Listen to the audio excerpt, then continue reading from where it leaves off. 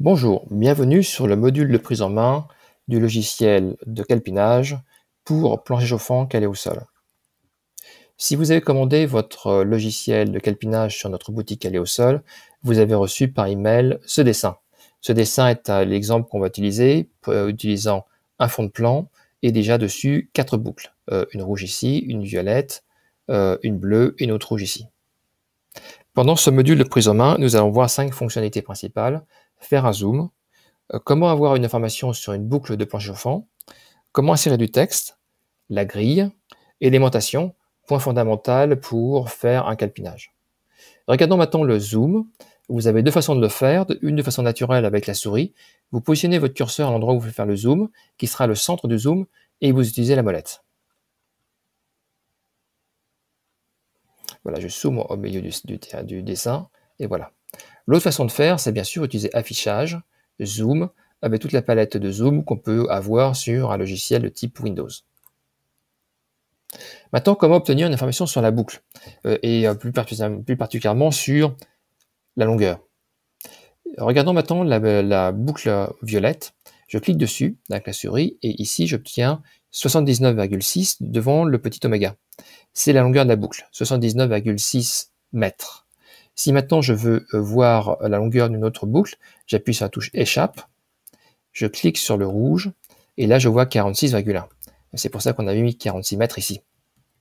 Voyons par exemple la boucle est un peu marrante, la rouge ici, 56,3 mètres. À noter qu'à chaque fois que vous cliquez sur un objet, si vous cliquez sur le suivant, les deux vont continuer à être ensemble, et du coup vous n'aurez plus ici l'information. Pensez à chaque fois à appuyer sur échappe et cliquer sur l'objet, et là à chaque fois vous aurez votre information. Maintenant le texte, rien de rien, on va le supprimer, je clique dessus, j'appuie sur sup, voilà. Pour faire un texte, faites dessin, allez juste à texte, note, cliquez en haut à gauche, en bas à droite de votre fenêtre de texte, et vous faites texte. Rien. J'appuie sur échappe, la touche magique, et oui pour apporter une modification. Et voilà. Maintenant, si vous voulez modifier votre texte, vous cliquez deux fois dessus, et rien de rien. Et voilà. Et j'appuie sur oui pour modifier.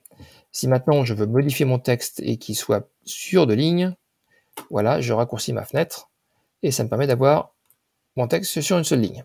Bien sûr, vous pouvez modifier tous les paramètres comme vous voulez, et ainsi que modifier par exemple ici, mettre du bleu, voilà, et j'ai un texte qui est rouge et bleu. J'aurais pu faire mettre de bleu et rouge à la fin, mais c'est comme ça. Voilà, et si j'en veux plus de mon texte, j'appuie dessus, je clique dessus et j'appuie sur supprimer. Et voilà pour le texte. Maintenant, la grille. La grille, c'est les petits points que vous voyez ici, que nous avons paramétrés pour vous, espacés de 10 cm. Pourquoi 10 cm? Parce que le pas du calé au sol est de 20 cm, voire 30 cm pour le RT 2012. Donc, un point, un point, un point ici, ça fait 20 cm, et du coup, ça fait le pas. Donc, si je regarde maintenant, je fais une cote linéaire, et je fais de là à la grille, voilà, tac, tac, ici, j'ai bien un espacement de 20 cm. Donc cette grille est vraiment fondamentale pour le calpinage du calé au sol.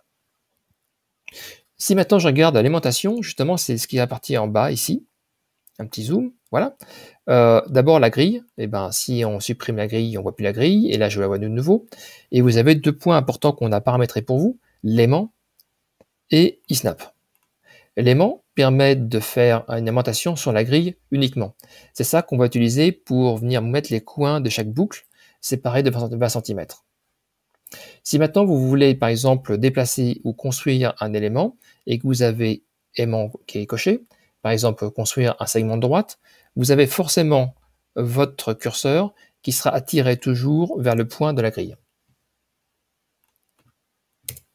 Si vous voulez par exemple maintenant faire une figure libre, sans bien sûr l'alimentation, vous faites ça et vous avez un segment de droite qui va bien. Maintenant, je veux pouvoir passer ce point ici, exactement à cet endroit-là, qui n'est pas sur la grille, mais je veux que ce soit exactement là. Dans ce cas-là, j'utilise eSnap.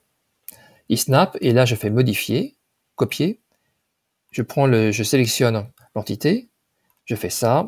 Attendez, là, je sélectionne l'entité, je fais modifier, copier, je prends le point ici et je viens, hop, ah, trop loin, ici, voilà. Et donc, j'ai pu placer exactement ma dalle à l'endroit où je voulais. Hop, et je vais mettre ici.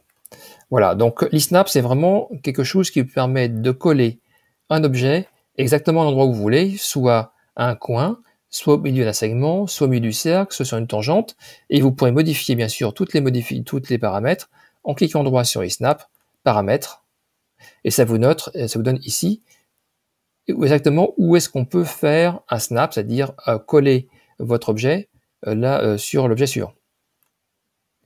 Maintenant, je veux supprimer tout ce que j'ai fait. Je fais CTRL-Z, CTRL-Z, CTRL-Z. Et voilà, j'ai supprimé toutes mes modifications. Le CTRL-Z étant une fonction normale de Windows. Voilà, donc c'est la fin du premier chapitre. J'espère que c'était bien pour vous. En tout cas, super pour moi. Et donc à bientôt pour le volet numéro 2 sur le calpinage. À bientôt.